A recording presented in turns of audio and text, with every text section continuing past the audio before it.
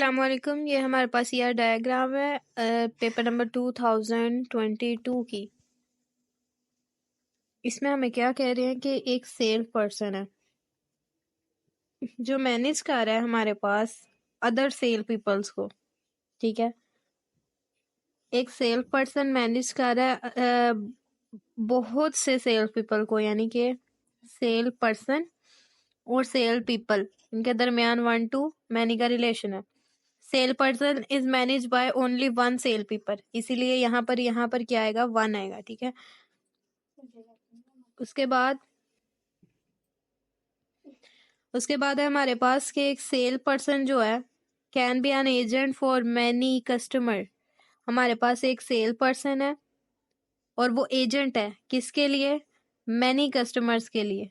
तो इनके दरमियान मैनी का रिलेशन आ जाएगा। और a customer is manage by only one sale people, तो यहाँ पर क्या आ जाएगा, 1 to many का रिलेशन। राइट, आगे a customer can place many orders. A customer can place many orders, तो यहाँ पर भी क्या रिलेशन आ जाएगा, 1 customer can place many order. और एक कस्टमर कैन बी प्लेस एक 1 order can be place by only 1 customer. तो 1 to many का इनके दरमियान भी रिलेशनशिप है। नेक्स्ट है हमारे पास an order list many inventory items. अब ऑर्डर क्या है, उसके अंदर क्या हो सकता है, बहुत सारी इन्वेंट्री आइटम्स हो सकती हैं, इन्वेंट्री आइटम्स। ठीक है,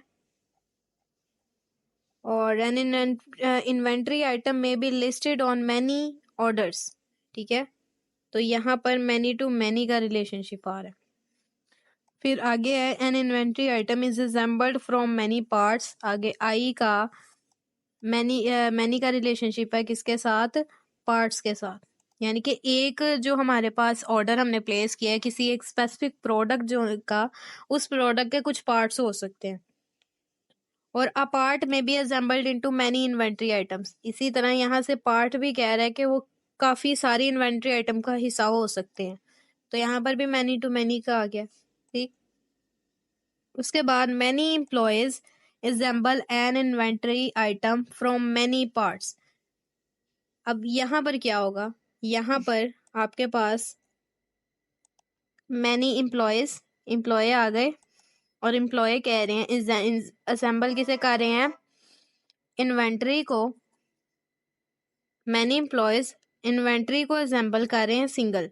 मैनी एम्प्लॉयज, यहाँ पर मैनी एम्प्लॉयज सिंगल इन्वेंटरी को असेंबल कर रहे हैं फ्रॉम मैनी पार्ट्स के थ्रू। तो यहाँ पर दरमियान में क्या आ जाएगा, पार्ट्स आ जाएगा।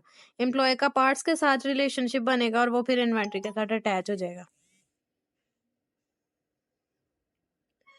उसके बाद है सप्लायर सप्लाइज मैनी पार्ट्स। और एक सप्लायर बहुत से पार्ट्स को सप्लाई करेगा और फिर आप पार्ट्स में भी सप्लाइड बाय मैनी सप्लायर। ठीक है, तो यहाँ पर भी मैनी टू मैनी का रिलेशनशिप आ जाएगा। इसकी एक दफा आप डायग्राम देखें, वो इसी बेसिस पर बनी है जो मैंने अभी आपको बताई है। ये इसकी डायग्राम है। ठीक है, ये रिपोजिटरी सिस्टम है। एक सेल पर्सन सेल पीपल को मैनेज कर रहे, सेल पीपल एक ही सेल पर्सन को मैनेज कर रहे हैं। इसी तरह कस्टमर और सेल पीपल का भी आपस में रिलेशनशिप है।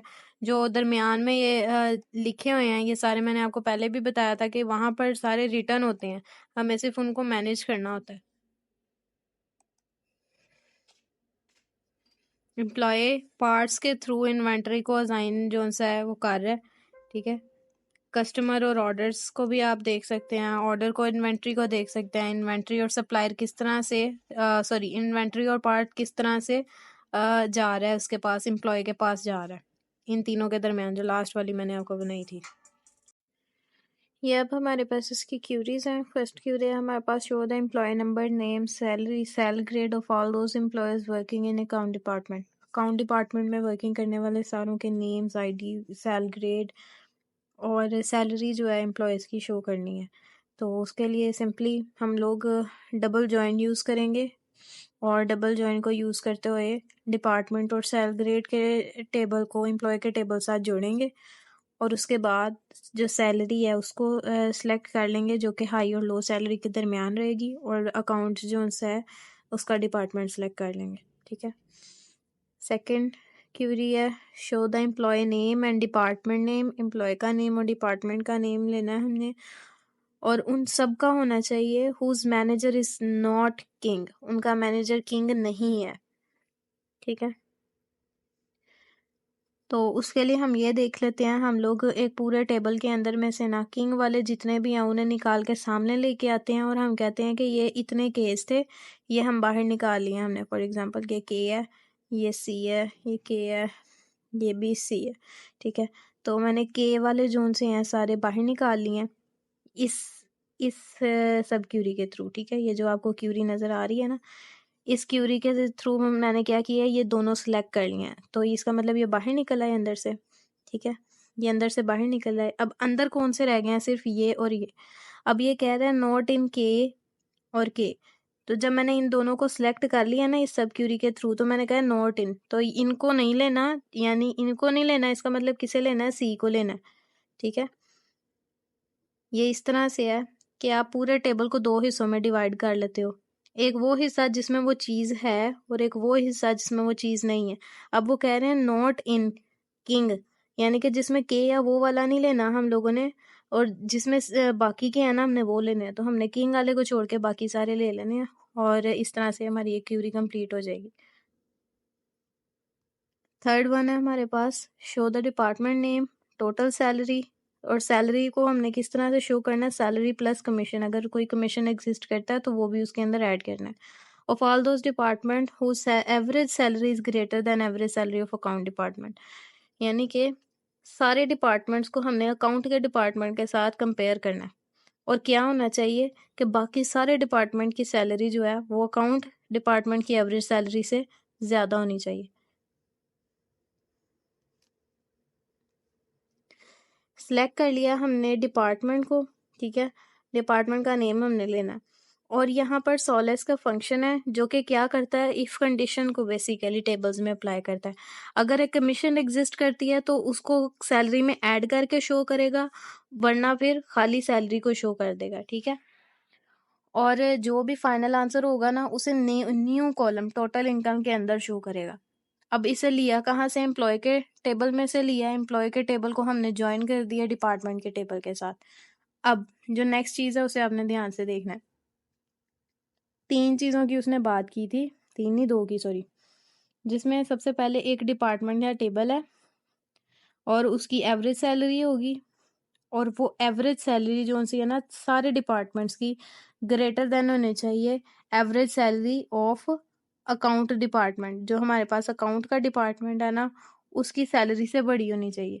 अब ये चीज़ चेक करने के लिए हमारे सामने क्या है, सबसे पहले हम लोगों ने डिपार्टमेंट वहां से सिलेक्ट किया है जहां पर हमारे पास एवरेज सैलरी जो सी है डिपार्टमेंट की वो किसके बराबर है, अकाउंट्स के, यानी ये यहाँ बेसिकली इन दो सब क्यूरीज के अंदर हम क्या कर रहे हैं, अकाउंट्स का डिपार्टमेंट सिलेक्ट कर रहे हैं और उनको कंपेयर कर रहे हैं किसके साथ, सेल्फ ज्वाइन लगाते हुए, ये सेल्फ ज्वाइन लगा है यहाँ पर, सेल्फ ज्वाइन लगाते हुए एवरेज सैलरी ले रहे हैं डिपार्टमेंट नंबर्स के साथ।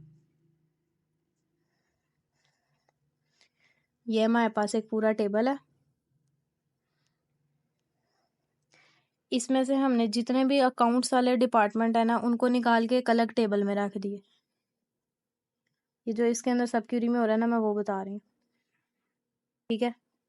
अब इनके जो है जितने भी डिपार्टमेंट है ना इन सारों का कंपैरिजन बारी बारी सारे अकाउंट्स के डिपार्टमेंट के साथ होता जाएगा। ये अकाउंट्स का टेबल है, जहां पर ग्रेटर होगा वहां से सिलेक्ट होगा वरना सिलेक्ट नहीं होगा। फॉर एग्जाम्पल इसमें और इसमें मैच कर रहा था तो ये दोनों सिलेक्ट हो जाएंगे, बाकी सारी रो सिलेक्ट नहीं होगी। ये काम है जो इसके अंदर हो रहा है।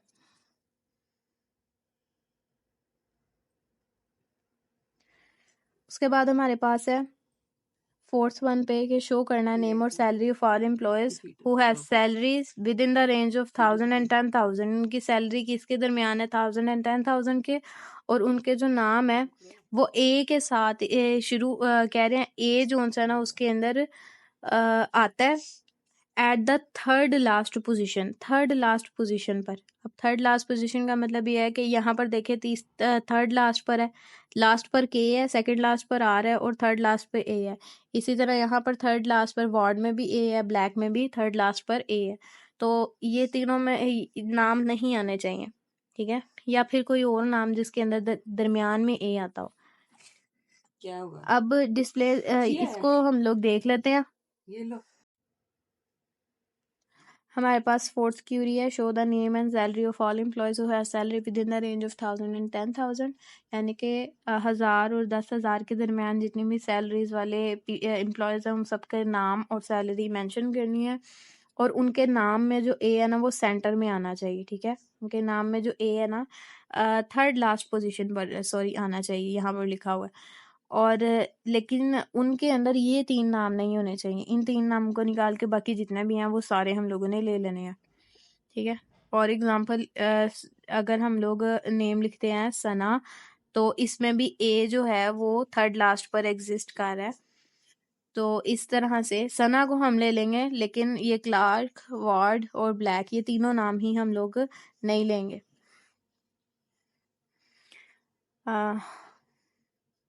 ये सिलेक्ट ई नेम, नेम ले लिया, सैलरी ले ली, एम्प्लॉय का नेम और उसकी सैलरी ले ली एम्प्लॉय टेबल में से, और सैलरी हमने कहा था 1000 और 10,000 के दरमियान रहेगी, वो है।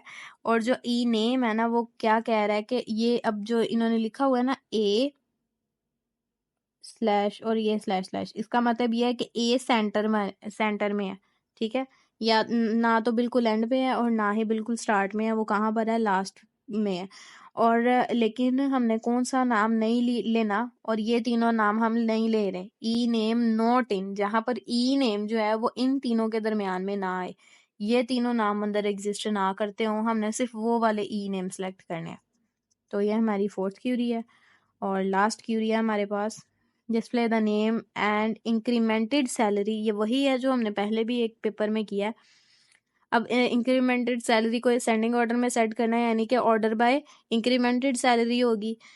And commission of all employee by 20%, तो ये 20% वो हमने 15% के साथ किया था, ये 20% है। who have been hired from February 15 2000 to October 21 to 2000, ठीक है, ये हम वैसे ही लिखेंगे जैसे हमने यहाँ 1000 10,000 की रेंज लिखी थी। And if the employee does not earn commission put no commission, तो सोलेस का फंक्शन हम लोगों ने वहां पर यूज किया था। तो यहाँ पर हम लोग क्या करेंगे कि इफ कंडीशन में हम लोग जब लिखेंगे तो दूसरी तरफ कमीशन लिखने के बजाय नो कमीशन लिख देंगे, ठीक है। देखते हैं कैसे करना है। सिलेक्ट ई नेम, और कमीशन हमने कहा था अगर नहीं है तो नल लिखो, कमीशन इज नल। अगर कमीशन नल है तो क्या लिखा है हमने, नो कमीशन, अदरवाइज क्या लिखना है, कमीशन। सोलेस का फंक्शन था वो हमने इसलिए यूज किया था क्योंकि हम लोगों ने एक तरफ एडिशन भी करवाना था, कोई फंक्शन परफॉर्म करवाना था, यहाँ सिर्फ चेकिंग करनी है, इसलिए हमने खाली इफ कंडीशन लगा ली है कि अगर कमीशन नल है तो नो कमीशन लिख लो, वरना कमीशन लिख दो।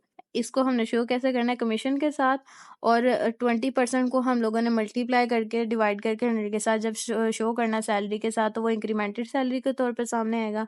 जहां पर एम्प्लॉय की हायर डेट जो होगी वो 2000 फरवरी 15 की डेट से, यानी ये वो फॉर्मेट है जो हम लोग उसके अंदर डेटाबेस में एसक्यूएल में यूज करते हैं, ये उस फॉर्मेट के अकॉर्डिंग लिखी हुई है। और इसको ऑर्डर भी हमने किसके साथ करना है, इंक्रीमेंटेड सैलरी के साथ, क्योंकि हमने ऊपर बात की थी कि हमारे पास ऑर्डर किस फॉर्म में होना चाहिए, इंक्रीमेंटेड सैलरी के साथ होना चाहिए। तो यही इसकी सारी क्यूरीज थी। यहाँ तक हमारे पास 2019, 20, 21 और 22 के पेपर क्लियर हो गए हैं।